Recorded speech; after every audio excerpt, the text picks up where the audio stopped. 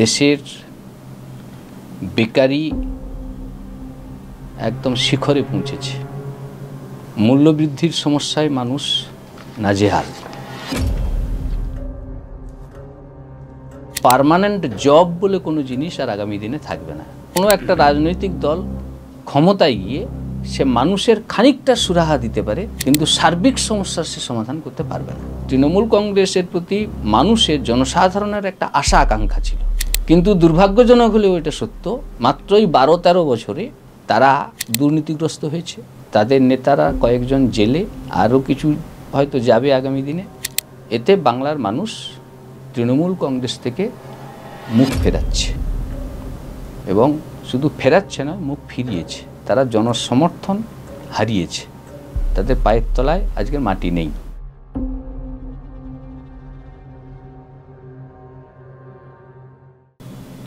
জয় Hind. 7 hour news নেটওয়ার্কে আপনাদের সকলকে স্বাগত। আর আমাদের যে নির্বাচনী বুলেটিন আমরা করছি, আপনারা ইতিমধ্যে সেখানে দমদম কেন্দ্রের সিপিআইএম প্রার্থী সুজন চক্রবর্তীকে স্টুডিওতে দেখেছেন। আপনারা দেখেছেন শিলভদ্র দত্ত বিজেপি প্রার্থী, তাকেও দেখেছেন। আপনারা অর্জুন সিংকেও স্টুডিওতে দেখেছেন। বাদবাকিরা সবাই আসবেন, কিন্তু আজকে আমাদের মধ্যে যিনি বিশেষ অতিথি হিসেবে উপস্থিত আছেন, তিনি এসইউসিআই প্রার্থী, এসইউসিআই কমিউনিস্ট সি প্রার্থী বনমালী পণ্ডা। তাকে আমরা আমাদের স্টুডিওতে স্বাগত জানাচ্ছি। শুরুতেই আপনাকে আমাদের স্টুডিওতে স্বাগত জানাচ্ছি।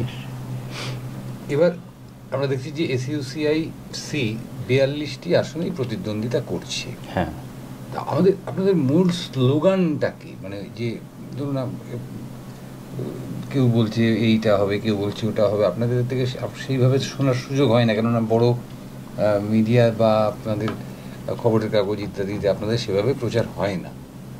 সেই জায়গায় দাঁড়িয়ে আমাদের দর্শকদের যদি একটু বলেন যে আপনাদের কথাগুলোকে।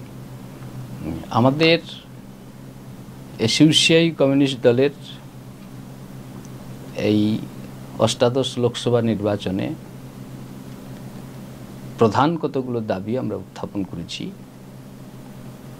দেশের বেকারি একদম শিখরে পৌঁছেছে।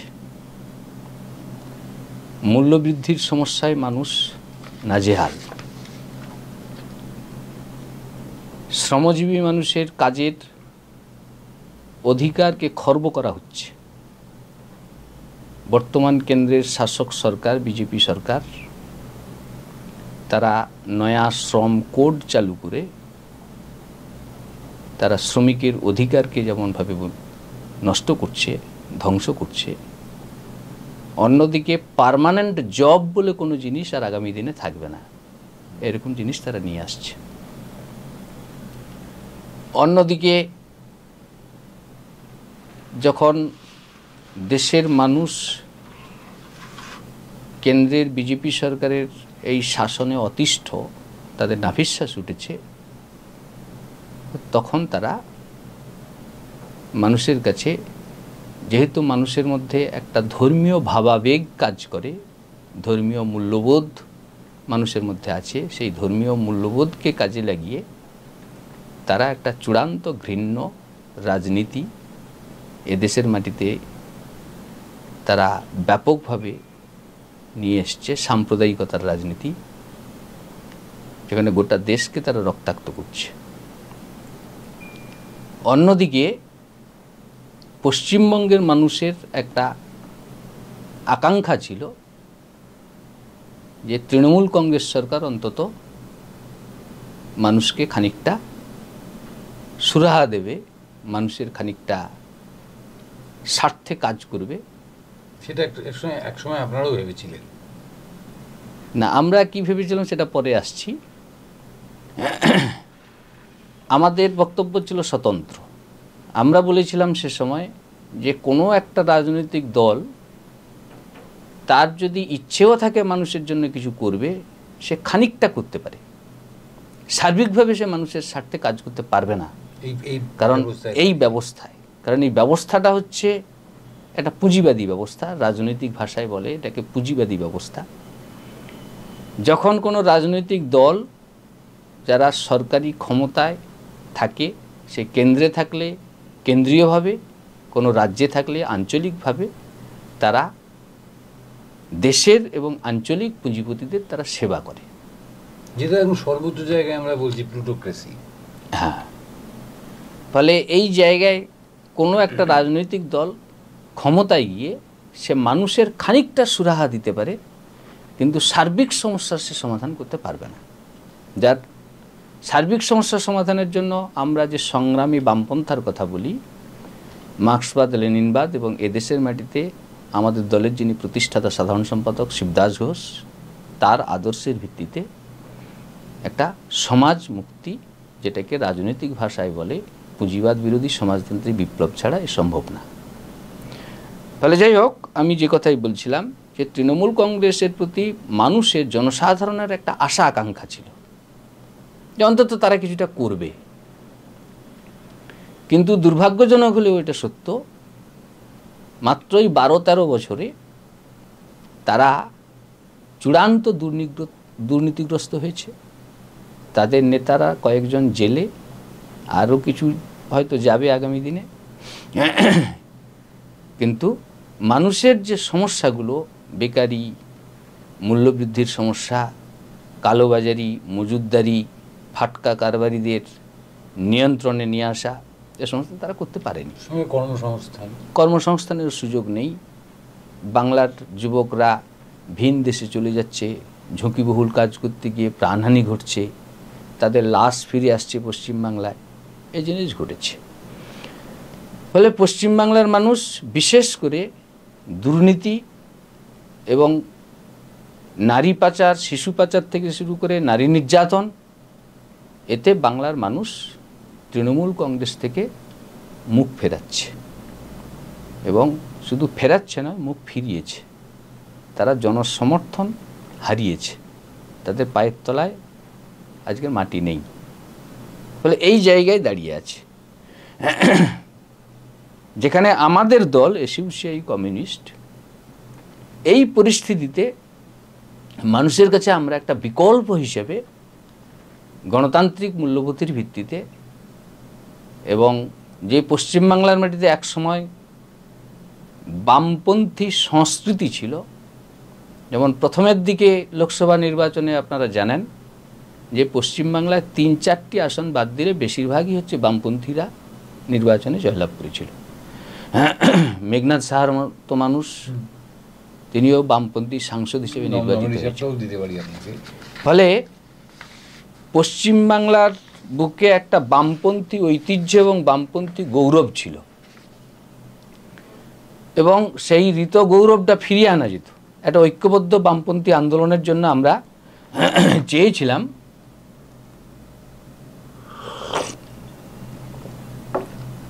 যে গোটা ভারতবর্ষে একটা ঐক্যবদ্ধ বামপন্থী আন্দোলন গড়ে উঠুক, এবং সেই মতো করে আমাদের দলের যিনি সাধারণ সম্পাদক প্রভাস ঘোষের সঙ্গে সিপিআইএম দলের বর্তমান সাধারণ সম্পাদকের একটা কথা হয়। সিপিআইএম দলের সাধারণ সম্পাদক তিনি কলকাতায় আসেন, আমাদের দলের সাধারণ সম্পাদকের সঙ্গে তিনি একটা মিটিং করেন, এবং দুজনের আলাপ আলোচনার ভিত্তিতে গোটা ভারতবর্ষের বুকে একটা ঐক্যবদ্ধ বামপন্থী আন্দোলন গড়ে তোলার জন্য একটা জোট হয় 6 পার্টির। কিন্তু দুর্ভাগ্যজনক হলেও এটা সত্য, যখন 2019 সালে বিজেপি সরকার কাশ্মীরে যখন 370 ধারা অবসান ঘটায়, বিলোপ সাধন করে, সেই দিন আমাদের দলের যিনি প্রতিষ্ঠাতা সাধারণ সম্পাদক কমরেড শিবদাস ঘোষের প্রয়াণ দিবসে আমাদের সভা ছিল নেতাজি ইন্ডোর স্টেডিয়ামে। সেই দিন সকালে কমরেড প্রভাস ঘোষ বারবার বিমানবাবু এবং সিপিআইএম দলের সাধারণ সম্পাদককে তিনি বারবার ফোন করেন, তিনি ফোন রিসিভ করেননি, এবং হঠাৎ জানা গেল যে দিল্লি থেকে 5 পার্টির ঐক্যবদ্ধভাবে এই ৩৭০ ধারা বিলোপের প্রতিবাদে একটা বিবৃতি প্রকাশিত হয়েছে, যেখানে আপনারা নেই। সেখানে আমাদেরকে সম্পূর্ণ অন্ধকারে রাখা হলো। এবং কেন করা হলো, এই ঘটনা ঘটলো কেন, তার চিঠিও পাঠান আমাদের দলের বর্তমান সাধারণ সম্পাদক কমরেড প্রভাস ঘোষ, কিন্তু সেই চিঠির প্রাপ্তি স্বীকার করে সেই সৌজন্যবোধটুকুও তারা দেখাননি। মানে 19ই শেষ হয়ে গেল সিপিএম এর সঙ্গে। হ্যাঁ, তার আগে তৃণমূলের সঙ্গে একটা, ফলে সম্পূর্ণভাবে তারা জোটটাকে ভেঙে দিলেন, যেটা ঐক্যবদ্ধ একটা বামপন্থী আন্দোলন ভারতবর্ষের মাটিতে গড়ে উঠতে পারত এবং মানুষ তাকিয়েও ছিল যে একটা ঐক্যবদ্ধ আন্দোলন গড়ে উঠুক এদের বিরুদ্ধে, কিন্তু সেটা হলো না। ফলে এই পরিস্থিতিতে এই অষ্টাদশ লোকসভা নির্বাচনের সামনে দাঁড়িয়ে আমরা একক শক্তিতে যে সংগ্রামী যে বামপন্থার যে ধারা, সেই সংগ্রামী বামপন্থার ধারাকে বজায় রাখতে এবং ঊর্ধ্বে তুলে ধরতে আমরা একক শক্তিতে 42টা আসনে পশ্চিমবাংলায় এবং সারা রাজ্যে মোট 151টা সিটে আমরা প্রতিদ্বন্দ্বিতা করছি। হ্যাঁ, সারা দেশে। আর বামফ্রন্ট এবং সিপিআইএম পরে আমরা পরিষ্কার আমাদের কাছে ধারণা এলো যে তারা আসলে এই জোটটাকে ভেঙে দেওয়ার কারণ, তারা ইতিপূর্বে ভারতবর্ষের বুকে গণতন্ত্রকে হত্যা করেছে জরুরি অবস্থা জারি করে, আসামের নেলিতে গণহত্যা ঘটিয়েছে, বিহারের ভাগলপুরে গণহত্যা ঘটিয়েছে, শিখ দাঙ্গা ঘটিয়েছে, হাওলা কেলেঙ্কারি, 2G স্পেকট্রাম কেলেঙ্কারি থেকে শুরু করে বহু কেলেঙ্কারি, যার বিরুদ্ধে একটা সময় কংগ্রেসের বিরুদ্ধে ব্যাপক আন্দোলন আমাদের দেশে হয়েছে। সেই কংগ্রেসের সঙ্গে হাত মিলিয়ে তারা কোনো রকমে এ রাজ্যে 2-1টা সিট পাওয়ার চেষ্টা তারা করছে, সংগ্রামী বামপন্থাকে সম্পূর্ণভাবে বিসর্জন দিয়ে একটা সংস্কারবাদী বামপন্থা, যাকে ভোট সর্বস্ব বামপন্থায় তারা পর্যবেসিত করেছে। যার ফলে আমরা সংগ্রামী বামপন্থাটাকে মানুষের কাছে তুলে ধরার জন্য এবং বামপন্থী মনোভাবসম্পন্ন মানুষের কাছে, গণতান্ত্রিক মূল্যবোধ সম্পন্ন মানুষের কাছে আমরা আবেদন করছি যে সংগ্রামী বামপন্থাকে আবার পশ্চিমবাংলার মাটিতে যে গৌরব একদিন পশ্চিমবাংলার ছিল, সেই গৌরবকে পুনঃপ্রতিষ্ঠিত করতে আমরা আজকের এসইউসিআই কমিউনিস্ট দলের প্রার্থীদের নির্বাচিত করবার আহ্বান রাখছি মানুষের। মানে সিপিএম সেই ভুলটা এই সময় করলো যে ভুলটা আপনারা 9 সালে করেছিলেন, মানে তৃণমূল কংগ্রেসের সঙ্গে যোগ, মানে তৃণমূল কংগ্রেস আর কংগ্রেসের আলাদা করে কোনো কথা না হয় না। না, 2009 সালে আমাদের যে তৃণমূল কংগ্রেসের সঙ্গে জোট ঠিক নয়, আমরা এইখানে এই বিভ্রান্তিটা মূলত হচ্ছে সিপিআইএম দল সৃষ্টি করবার চেষ্টা করে, যদিও সেটা ধোপে টেকেনি। বিষয়টা হচ্ছে 2009 সালে যখন সিঙ্গুরের 4 ফসলি জমিকে টাটার হাতে তুলে দেওয়ার একটা পরিকল্পনা হলো, তার বিরুদ্ধে প্রথম আমরাই সেই আন্দোলনটা গড়ে তুলি। এবং এই 4 ফসলি জমি শুধু আমরা একথা নির্দ্বিধায় স্বীকার করতে পারি যে শুধুমাত্র এসইউসিআই কমিউনিস্ট দলের কর্মী সংগঠক যারা ছিল তাদেরকে দিয়ে এটাকে আটকানো যেত না। ফলে সেখানকার সমস্ত মানুষ, সেখানে তৃণমূল কংগ্রেসেরও লোকজন ছিল, সিপিআইএম দলেরও কিছু মানুষজন ছিলেন, যারা এই 4 ফসলি জমির অধিকার কেড়ে নেওয়া বিরুদ্ধে যারা ছিলেন, তারাও এই জমি রক্ষা কমিটিতে যুক্ত হয়েছিলেন। সেখানে নাগরিক কমিটি গঠিত হয়ে আন্দোলন হয়। পরবর্তীকালে যখন সালেমের হাতে নন্দীগ্রামের বসতবাড়ি সহ চাষযোগ্য জমি তুলে দেওয়ার একটা পরিকল্পনা হয়, সেখানেও একইভাবে শুধুমাত্র এসইউসিআই কমিউনিস্ট দলের লোকজন নয়, সেখানে তৃণমূল কংগ্রেস বা সিপিআইএম এর বেশ কিছু মানুষজন, বিভিন্ন রাজনৈতিক দলের মানুষজনদের নিয়ে ভূমি উচ্ছেদ প্রতিরোধ কমিটি হয়। ফলে এই হচ্ছে আন্দোলন চলেছে। ইতিপূর্বে আমরা বামপন্থী ঐক্যকে বজায় রাখবার জন্য পশ্চিমবাংলার মাটিতে বহু মতাদর্শগত ভিন্নতা থাকা সত্ত্বেও বারে বারে রাজ্যসভার নির্বাচনে আমরা সিপিআইএম এবং বামফ্রন্ট দলের প্রার্থীদেরকে এ রাজ্যে নির্বাচিত করেছি। আপনারা সকলে জানেন আমাদের তৎকালীন বিধায়ক ছিলেন দেবপ্রসাদ সরকার, প্রবোধ পুরকাইত, 161 জন নেতা কর্মীকে আমাদের প্রাণ দিতে হয়েছে এই বামফ্রন্টের হাতে। তা সত্ত্বেও আমরা ঐক্যবদ্ধ বামপন্থী আন্দোলনের স্বার্থে আমরা তাদেরকে সমর্থন করেছি। কিন্তু যখন দেখলাম সিঙ্গুরে তাপসী মালিক, নন্দীগ্রামের রাধারানী আড়ি সহ কৃষক রমণীদের উপর শারীরিক নির্যাতন, পাশবিক নির্যাতন, এবং শুধু তাই নয়, পুলিশের পোশাক পরিয়ে তাদের উপর এত বড় যে অত্যাচার, যা নজিরবিহীন, তখনই আমরা স্থির সিদ্ধান্ত নিই যে this CPM must go from West Bengal. যে এই সিপিএম এর পশ্চিমবাংলায় যদি আবার ক্ষমতায় ফিরে আসে, তাহলে পশ্চিমবাংলার অস্তিত্ব প্রায় নিশ্চিহ্ন হয়ে যাবে মানুষের। যে গণতান্ত্রিক আন্দোলনকারী মহিলাদের উপর নির্যাতন, এটা মেনে নেওয়া যায় না। তখন আমরা এবং সেই সময়ে সিপিএমের প্রতি মানুষের বীতশ্রদ্ধ ভাব আসে এবং মানুষও তৃণমূলের দিকে প্রচণ্ডভাবে ঝুঁকতে চায়। আমরা সেই সময় যে তৃণমূল কংগ্রেস সেই সময় বামপন্থা এবং মার্ক্সবাদের প্রতি তারা কুৎসা করে, মার্ক্সবাদ মানে সিপিআইএম দলের এই কুকীর্তিগুলো তারা প্রচার করতে থাকে। এখান থেকে বামপন্থাকে বাঁচানোর প্রয়োজনে আমরা তখন তৃণমূলের সঙ্গে প্রথমে আমরা ফরওয়ার্ড ব্লক, আরএসপি, বামফ্রন্টের মধ্যে যে সমস্ত বামপন্থী দলগুলো ছিল তাদের সঙ্গে দেখা করি, কিন্তু তারা আসতে চায়নি। তারা প্রকাশ্যেই এবং সরাসরি বলেন আমাদের দলের নেতাকে যে আমরা ক্ষমতার চিটেগুড়ে আটকে গেছি, ফলে আমরা যেতে পারবো না। তখন আমরা বামপন্থাকে কালিমালিপ্ত করবার হাত থেকে বাঁচানোর স্বার্থে তৃণমূল কংগ্রেসকে কতগুলো শর্ত আমরা দিই। আমরা প্রথমে বলি যে লাল হটাও এই স্লোগান দেওয়া যাবে না। বামফ্রন্টের বিরোধিতা করতে গিয়ে মার্ক্সবাদ, বামপন্থা, বামপন্থী আন্দোলনের প্রতি উৎসাহ রটানো চলবে না। এবং আমরা তাদেরকে শর্ত দাঁড়িয়েছে, কিন্তু আপনারা সেই কথাটাই তো আবার রিপিট হচ্ছে। হ্যাঁ, আমি শেষ করি। তারপরে হচ্ছে আমরা তাদেরকে শর্ত দিই কংগ্রেস এবং বিজেপির থেকে সমান দূরত্ব তাদের বজায় রাখতে হবে। ফলে সেই সময় জানেন মমতা ব্যানার্জি সেই সময় তারা বন্ধ করেন লাল হটাও, মার্ক্সবাদীদের হটাও, এই সমস্ত কথা তারা বন্ধ করেন। এবং মমতা ব্যানার্জি সেই সময় বলেন যে আমাদের সঙ্গে সত্যিকারের মার্ক্সবাদীরা, বামপন্থীরা, কমিউনিস্টরা আছে। ফলে সেই সময়ে দাঁড়িয়ে এই জোটটা হয়। এবং আমরা সেই সময়ও বলেছিলাম জোট মানে একটা আন্দোলনের প্রেক্ষাপটেই এই জোট। আমরা কোনো মন্ত্রিসভায় কিন্তু যাব না।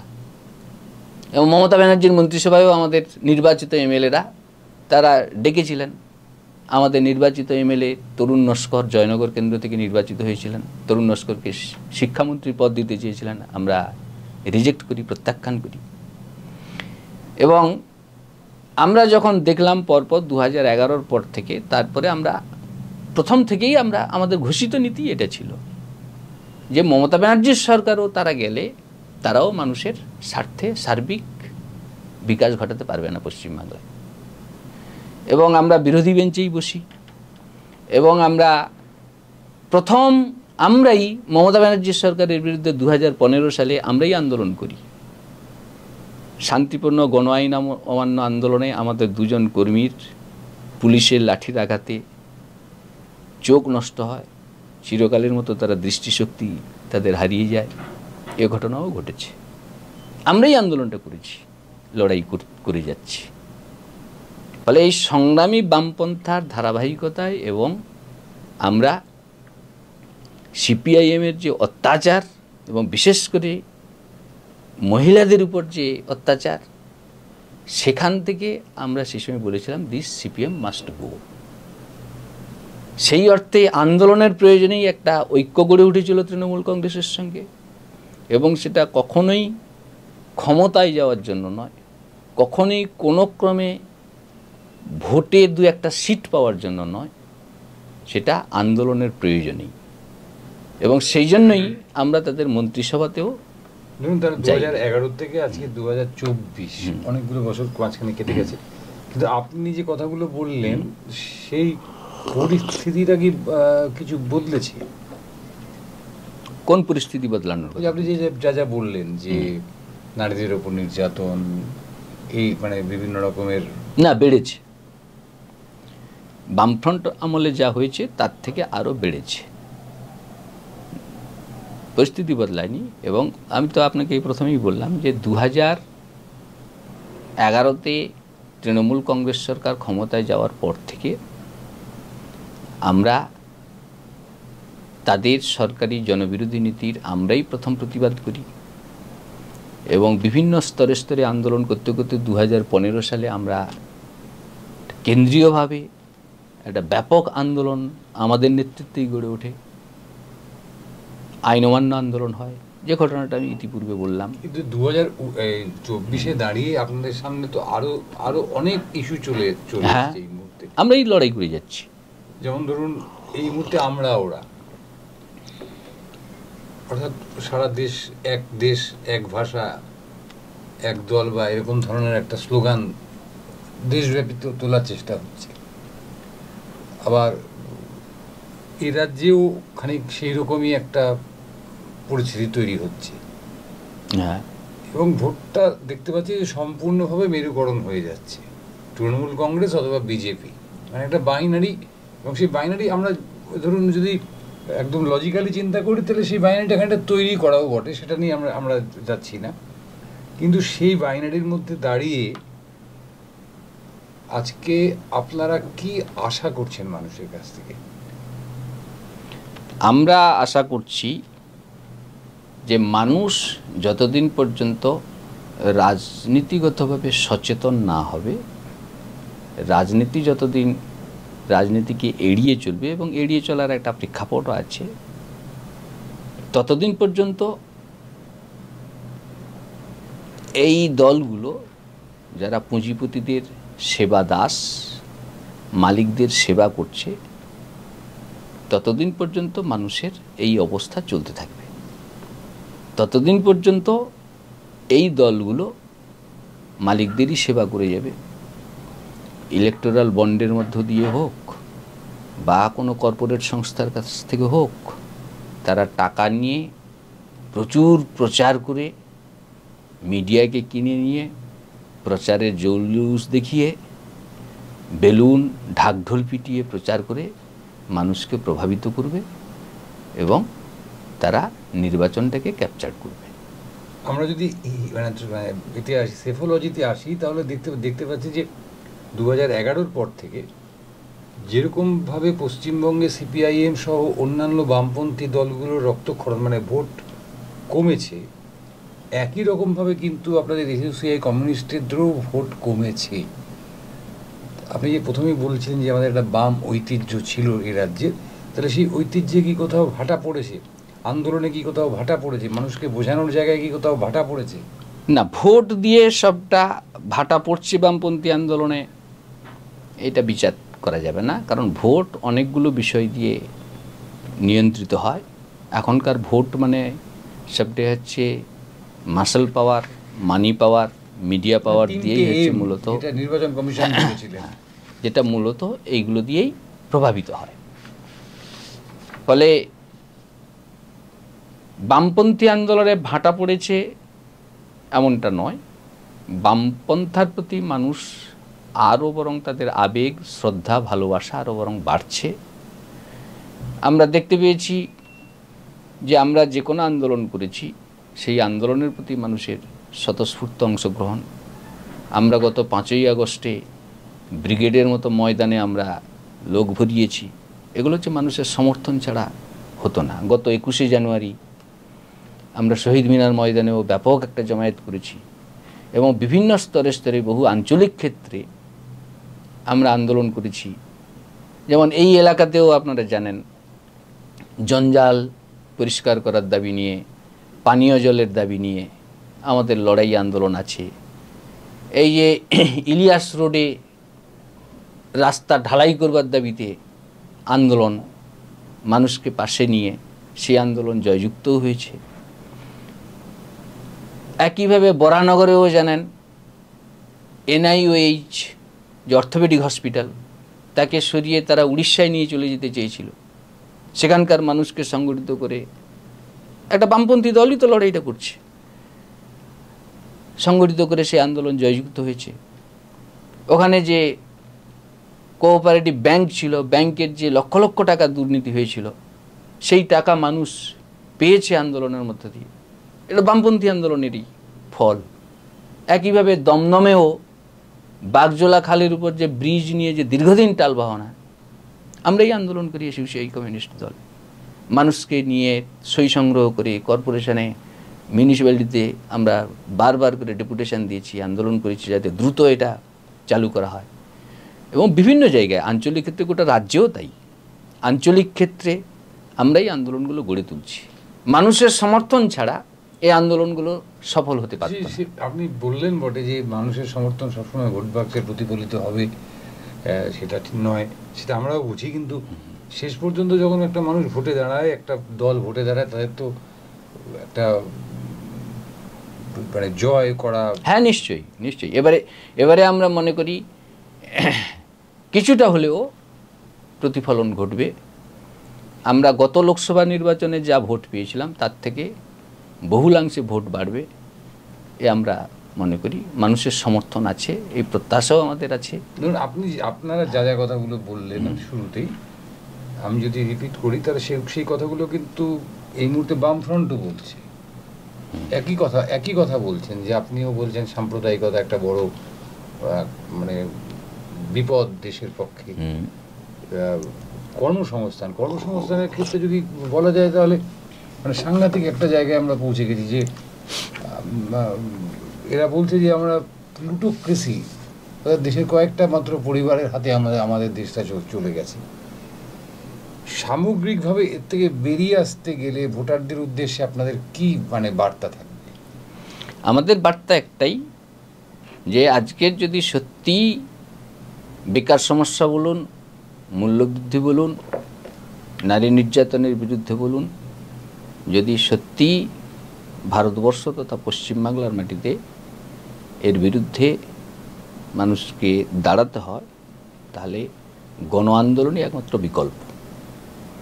গণ আন্দোলনের শক্তিকে শক্তিশালী করাই হচ্ছে মানুষের আজকের একমাত্র লক্ষ্য হওয়া উচিত, না হলে এই সমস্যার সমাধান হবে না। তাহলে মানুষের কাছে আমাদের আবেদন, আহ্বান, যে গণ আন্দোলনের শক্তিকেই তারা নির্বাচিত করুন, যাতে তাদের দাবিগুলো একদিকে সংসদের অভ্যন্তরে এই আন্দোলন গড়ে উঠতে পারে, আবার সংসদের বাইরেও এই আন্দোলন এটা দ্রুত গতিতে হতে পারে, তাতে গণ আন্দোলনটাকে শক্তিশালী হবে। ধরুন আপনাদের যে কলকাতার এখন ধর্মতলা ধর্ণাতলায় পরিণত হয়েছে, সেইখানে হাজার হাজার ছেলে, তারা ছেলে বলবো না, যুবক যুবতী, তারা চাকরির দাবিতে বসে আছে। আপনি মনে করেন যে এই তাদের যে আবেগটা, সেই আবেগটা বামপন্থীদের পক্ষে আসবে? কারণ আপনারা ওই আন্দোলনে সক্রিয়ভাবে ছিলেন, আমরা দেখেছি। হ্যাঁ, আমরা সেই আন্দোলনে সক্রিয়ভাবে ছিলাম। আজও যে 26,000 যারা চাকরিচ্যুত হলো, তাদের পাশেও আমরা রয়েছি। একটা অংশ নিশ্চয়ই হচ্ছে আমরা আশা রাখি তারা সমর্থন করবে। আবার অনেক সময় হয় কি, মানুষের কাছে যখন একটা সার্বিক বিপদ যখন ঘনিয়ে আসে, যখন প্রায় তার সমস্ত সে সর্বশান্ত হয়ে যায়, তখন সে কী করে, বাঁচার জন্য একটা খড়কুটোকেও সে ধরে আশ্রয় নেওয়ার চেষ্টা করে। তখন অনেকটা সে দিগ্বিদিক জ্ঞানশূন্য হয়ে পড়ে, কারণ তাকে সেই মুহূর্তে বাঁচতে হবে। আজকে 26,000 যারা চাকরিচ্যুত হলো, তাদের একটাই উদ্দেশ্য এখন হচ্ছে তাদের চাকরিটা ফিরে পাওয়া। ফলে এই সুযোগটাকে অনেকে কাজে লাগায়, তাদের সঙ্গে বিশ্বাসঘাতকতা করে। যাদের কারণে এই চাকরি চলে গেল, তারাও সেখানে ত্রাতা হিসেবে হাজির হয়। ফলে আজকের এই যে চাকরি চলে গেল, এর দায় তৃণমূল কংগ্রেস এবং সার্বিক বিজেপিরও রয়েছে। ফলে যেটা প্রয়োজন ছিল, তাদের পাশে দাঁড়িয়ে তারা কিভাবে এর একটা সহজ সরল সমাধান সূত্র বার করা সকলের, সেইটা না করে তারা এক্ষেত্রে ত্রাতার ভূমিকা নিয়ে আজকের, যদিও তারা এদের সমাধান করতে পারবে না, অথচ এদেরকে বিপথে পরিচালিত করে এদেরকে ভোট বাক্সের দিকে এদের যাতে প্রতিফলন ঘটে সেই দিকে তারা চেষ্টা করছে। আর আমরা চাইছি একটা সার্বিক আন্দোলন গড়ে উঠুক এদের নিয়ে। ফলে অনেকটা বিভ্রান্ত হয়, বিপথে পরিচালিত হয়। তাদের মধ্য থেকে একটা অংশ বুঝতে পারে, ধরতে পারে, তারা বামপন্থার প্রতি, আন্দোলনের প্রতি আকৃষ্ট হয়। এটা সর্বকালে সবসময়ই হয়েছে।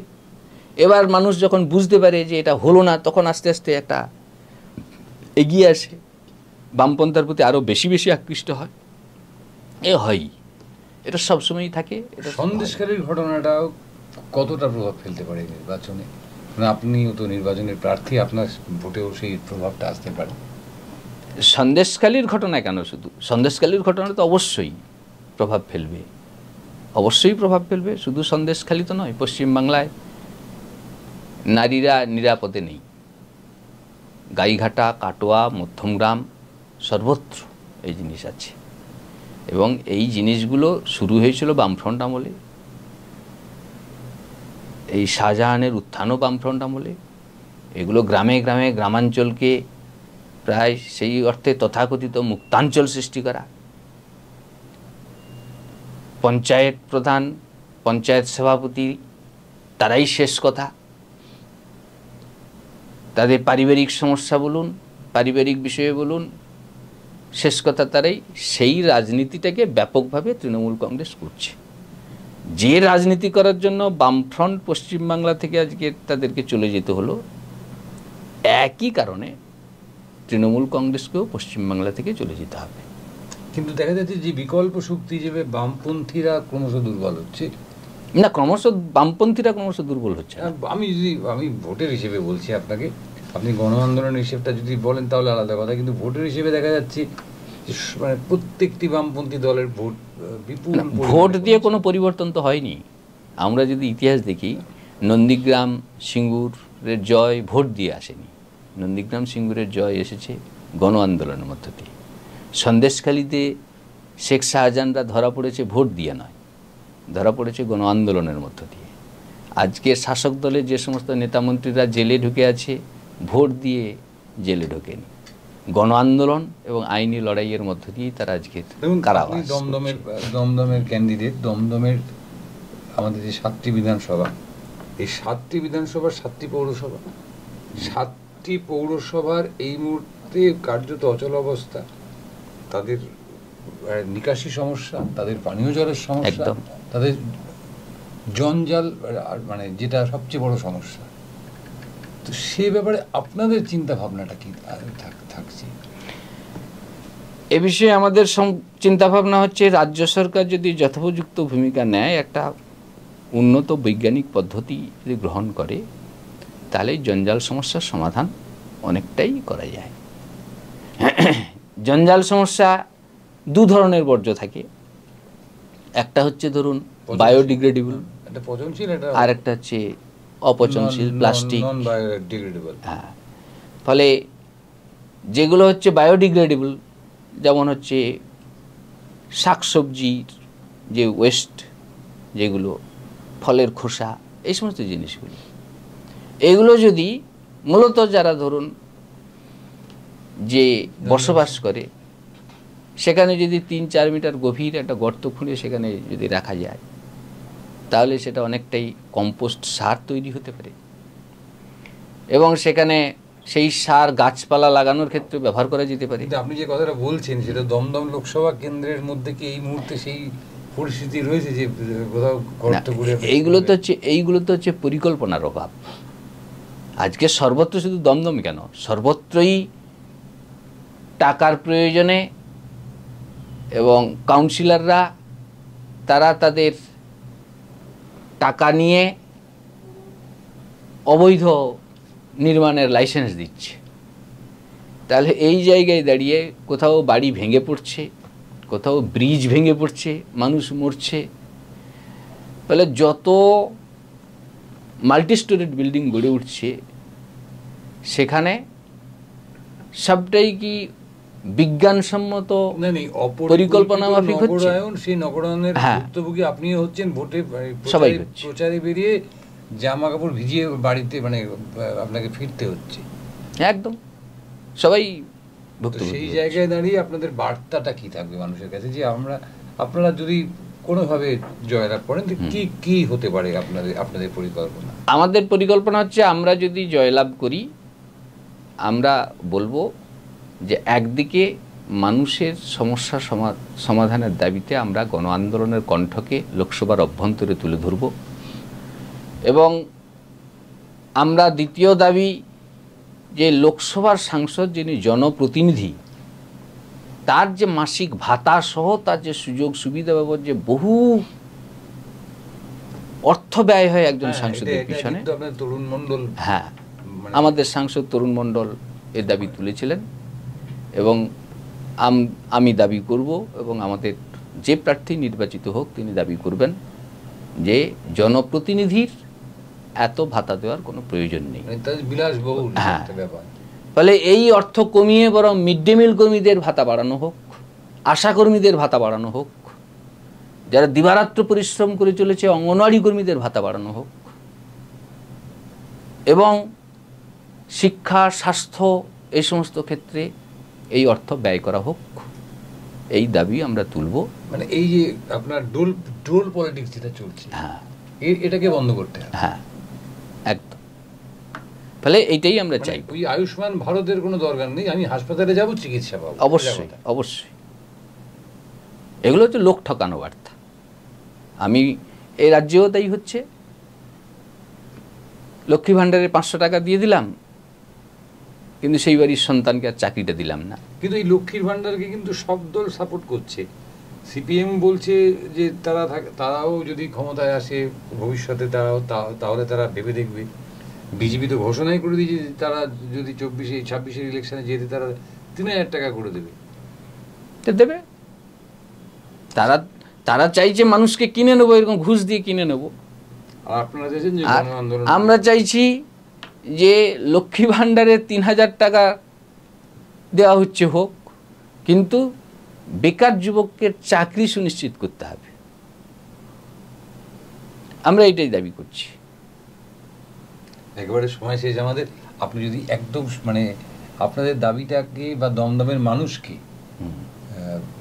আপনার আহ্বানটা একটু ক্লিয়ার করে জানিয়ে দেন। একদম আমাদের পরিষ্কার দাবি, কেন্দ্র এবং রাজ্য সরকারের জনবিরোধী নীতি প্রতিরোধে গণ আন্দোলনকে শক্তিশালী করতে এবং সংগ্রামী বামপন্থার ধারা এবং ঐতিহ্য বজায় রাখতে এসইউসিআই কমিউনিস্ট প্রার্থীকে নির্বাচিত করবার আবেদন আমরা সমস্ত স্তরের মানুষের কাছে রাখছি। এটাই আমাদের বার্তা। আমরা এতক্ষণ 16 দমদম লোকসভা আসনের এসইউসিআই কমিউনিস্ট দলের প্রার্থী বনমালী পান্ডার সঙ্গে কথা বলছিলাম। উনি পরিষ্কার বলছেন যে গণ আন্দোলন ছাড়া মুক্তি সম্ভব নয়, কোনো রকম সাহায্য, কোনো রকম ভর্তুকি ইত্যাদি দিয়ে হয় না। এবং উনি এটাও বললেন যে 2011 বা 2009 তাদের সঙ্গে যে তৃণমূল কংগ্রেসের একটা সমঝোতা হয়েছিল, সেই ক্ষেত্রেও তাদের শেষ পর্যন্ত শিক্ষা হয়েছিল, সেটাও একটা গণ আন্দোলনের মধ্য দিয়েই গড়ে উঠেছিল। অর্থাৎ গণ আন্দোলন ছাড়া মুক্তির কোনো পথ নেই। এখন আমরা জানি না মানুষ কতটা এই গণ আন্দোলনের পথে হাঁটবেন, নাকি যে চেনা পথ,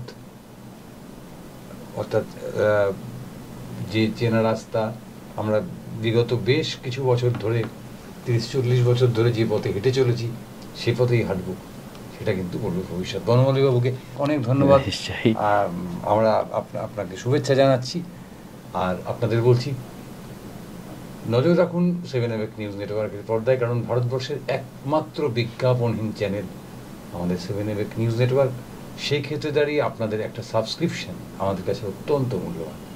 যদি আমাদের খবর, আমাদের অনুষ্ঠান, আমাদের প্রতিবেদন আপনাদের ভালো লাগে, চ্যানেলটিকে অবশ্যই সাবস্ক্রাইব করবেন এবং বেল আইকনটি টিপতে ভুলবেন না। সবাই খুব ভালো থাকবেন। জয় হিন্দ।